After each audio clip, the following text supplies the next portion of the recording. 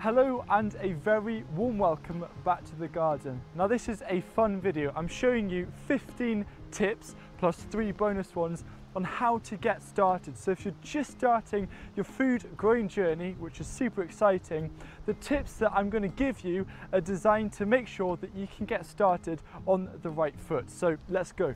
The first thing that you should do before you do anything else is to start making your own compost. Compost is the gold of the garden. It's so important. So invest or build a compost bin such as this nice Hive compost bin, and before you do any planting, start filling it up. And there's a video here that you might want to check out to find out more about composting. Once you've created the compost bin, the next thing you want to focus on is getting that first harvest, because tasting something that you've grown yourself is going to get you hooked, but you want to reach that as soon as possible. So I always recommend to start with pea shoots, because you can do this any time of year on your windowsill and they taste delicious. So check out this video on how to grow pea shoots, super easy. So you've got compost and also your first harvest on the way. The next thing you need to think about is water, which is going to be vital for when you want to start expanding your growing area. So I'm storing water in an old IBC tank, but you can even use things like cartons. Now a quick tip is, if your garden is on a slight slope, try and store water at the top of the slope, because it means that gravity will help you carry it down, or if you have a hose, then you can use it a lot easier. Sometimes one of the hardest things if you're just starting out is knowing when to water your plants.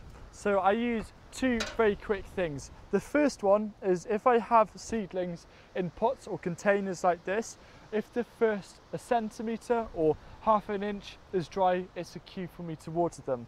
When it comes to things planted out in raised beds like this Swiss chard, if the top 2 to 3 centimetres is dry, I'm then going to water them. So 1 centimetre for things that are growing in pots and modules, and 2 to 3 centimetres or 1 inch for things that are directly in the raised bed.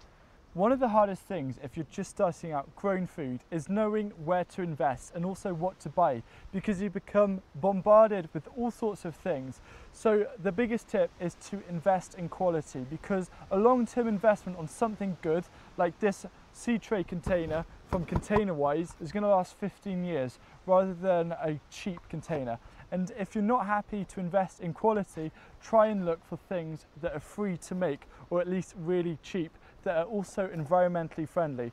For example, this seed tray or crate was free to make out of a pallet, and I can also use these cardboard loo rolls as pots for my beans. So invest in quality, if not, make it. Something you've got to bear in mind is that if you want to grow perennial plants, for example asparagus, they take some time to develop. So I'm not going to harvest this asparagus, which I've just planted this year, until about 3 years time. So get your perennial plants in as soon as possible, so then you can enjoy relishing their harvest as soon as possible. Remember, the best time to plant an apple tree was 7 years ago. The second best time is now.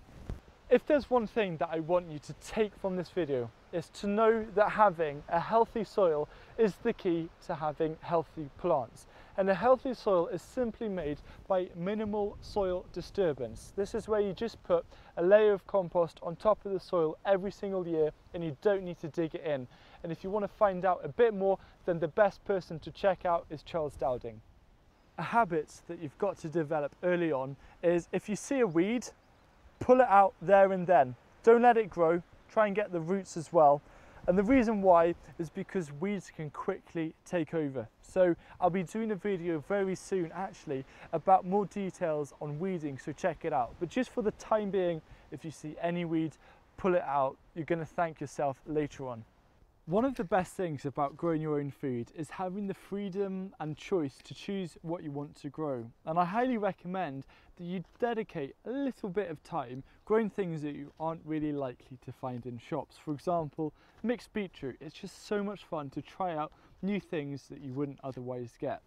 When it comes to sowing and transplanting and also mulching beds, compost, as I mentioned before, is a really important thing. And if you need to buy compost, there's only one type you should buy, and this is multi-purpose peat-free compost.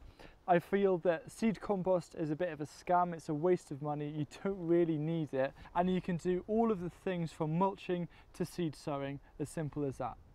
This tip should apply not just for the start of your growing journey, but for years to come. And that is to just keep to-do lists. These are so important because, especially if you're just starting off and you've got all sorts of things going on, it's easy to forget about things. So keeping a weekly to-do list to give you the reminders so you don't forget anything will really help reduce the amount of challenges or disasters that may happen. A challenge that comes with starting to grow your own food is a whole learning process that comes from it.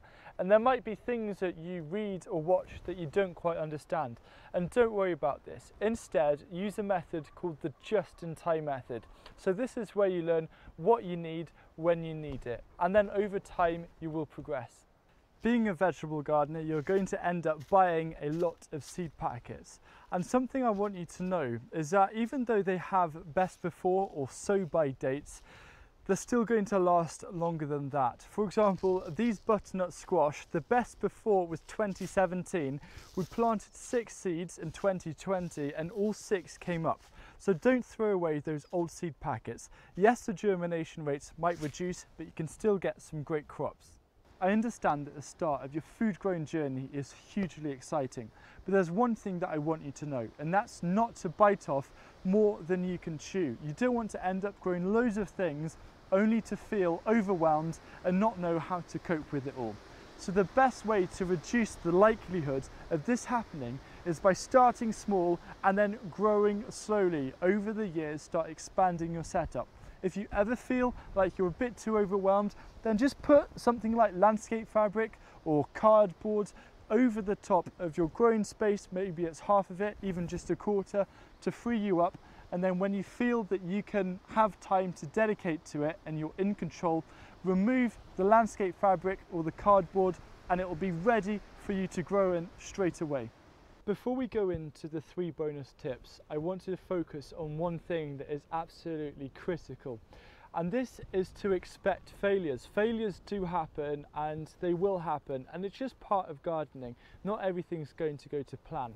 So firstly, try and grow a load of different things, so if something fails, then you do have other things to enjoy. And for example, I thought that these radishes might have failed as they got really badly affected by flea beetle because of an unusually warm, dry spring. But I let them grow and I've got radish now that are developing and that I can eat. So I've learnt from previous years, even if I have flea beetle and I think it's a failure, let it grow, see what happens. And that's a beautiful thing about growing food. Something that might happen, and this can also be related to gardening failures, is things occurring without you knowing why. And the great thing about gardening is that it's a very positive community, and there are loads of Facebook groups out there dedicated to gardening. So I'd recommend you join them, and if you see something that you're not quite sure what's going on, for example, seeing lots of holes in, say, your radish, just go with your phone, take a photo, and then post it on a Facebook group. And I'm sure that there's going to be someone on there who'll be able to help you out and give you some free advice. One of the earliest skills which you should try and learn early on is to get into the habit of being able to thin seedlings, because there will come a time and a place, and I know you don't want to thin them, but you've got to be bold and go for it. The reason why is because thinning is ultimately going to give you better harvests and bigger yields. For example, your carrots or your beetroot, and here I've got perpetual spinach. So just get into the habit of being able to sacrifice. It's okay, it may feel kind of scary, but just go for it. And the final tip, if you're not already doing it, is to really make the most of YouTube, to watch things and see what other gardeners are doing, so you can compare different techniques, and perhaps one technique might not have worked. You can then see what a different gardener is doing to try it out. And I find that YouTube is a great place to also get inspiration for new things to try. So thank you very much for watching. I hope you found this video useful, and if you want to see a video which goes into a bit more detail about that first crop that I mentioned, getting that first harvest, then click here.